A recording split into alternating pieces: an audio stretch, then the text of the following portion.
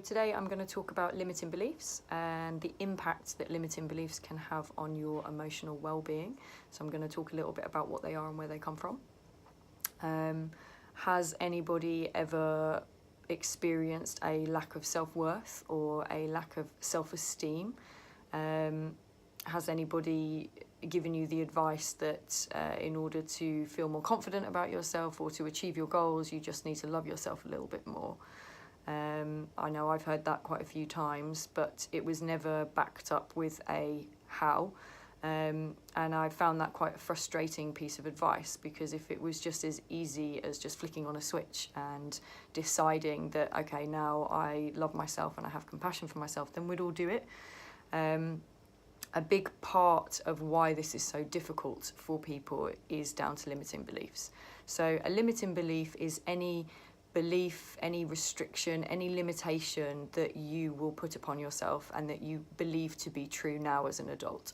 So for example, this could be things like I'm not good enough, I'm not strong enough, I'm not smart enough, I'm not capable, I'm not lovable, I'm not worthy. You know, the list goes on when it comes to what limiting beliefs could be. And how they're created, in short, is by you. You create them in your early childhood. And the reason why this comes about is because when you're having all your experiences, you will try and judge those experiences and make up a perception about what those experiences meant.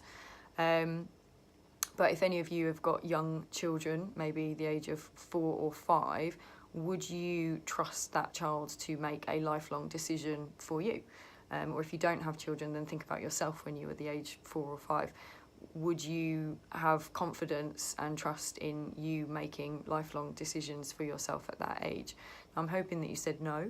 And the reason for that is just that children do not have the capacity to make logical and rational decisions at that age. What children are very good at that age is just being creative and really using their imagination.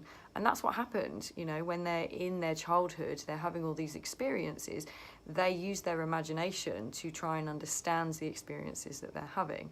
So for example, if the child heard the word no a lot more than they heard the word yes, they may have made up a story around that and come to believe that they are incapable of achieving anything that they want to achieve unless they've had approval from an authority figure beforehand.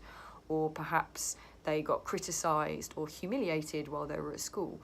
And during that experience, they then created the story that, you know, I just shouldn't be seen or heard. It's a fearful process for me to be seen or heard.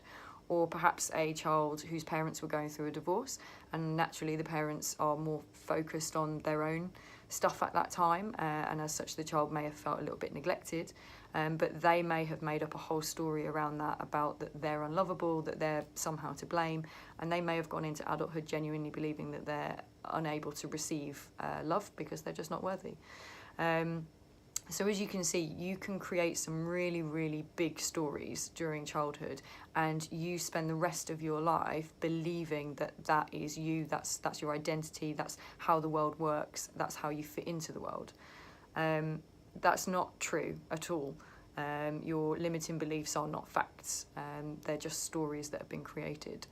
And sometimes it can be a little bit daunting letting go of limiting beliefs, because if you've believed that for a lifetime, you start thinking, well, who am I if I'm not this belief, if I'm not this story? But actually, once you do start investigating some of your beliefs a little bit more, you can start to let go of some of those beliefs. So from my own personal experience, I did not believe a year or two ago that I would be now posting videos on YouTube or social media. I just didn't think that that was something that I was going to be capable of. And then I kind of tracked where that belief had come from, realised that it wasn't true, and decided to change that. That's just one example of many. So if anybody is needing any guidance on how to understand their limiting beliefs, I would say the first thing that you need to do is just become aware. That's a really, really good tool, is just becoming aware of when you're going for something, when you're trying to do something. If you're catching yourself saying I'm not good enough, I'm not able to do that. Just becoming aware of that is the first step, really, and then you can start investigating that. And it's not something that happens overnight at all. It takes a long time, but it is something that you can practice and start to reframe some of the stories, some of the beliefs that you've created about yourself, and just develop a lot more insight. I can help people with that, so I do coaching and I do inner child work, which helps people to really connect with some of their limiting beliefs and understand where they came from. If you would like to know more, please feel free to get in touch. Thank you.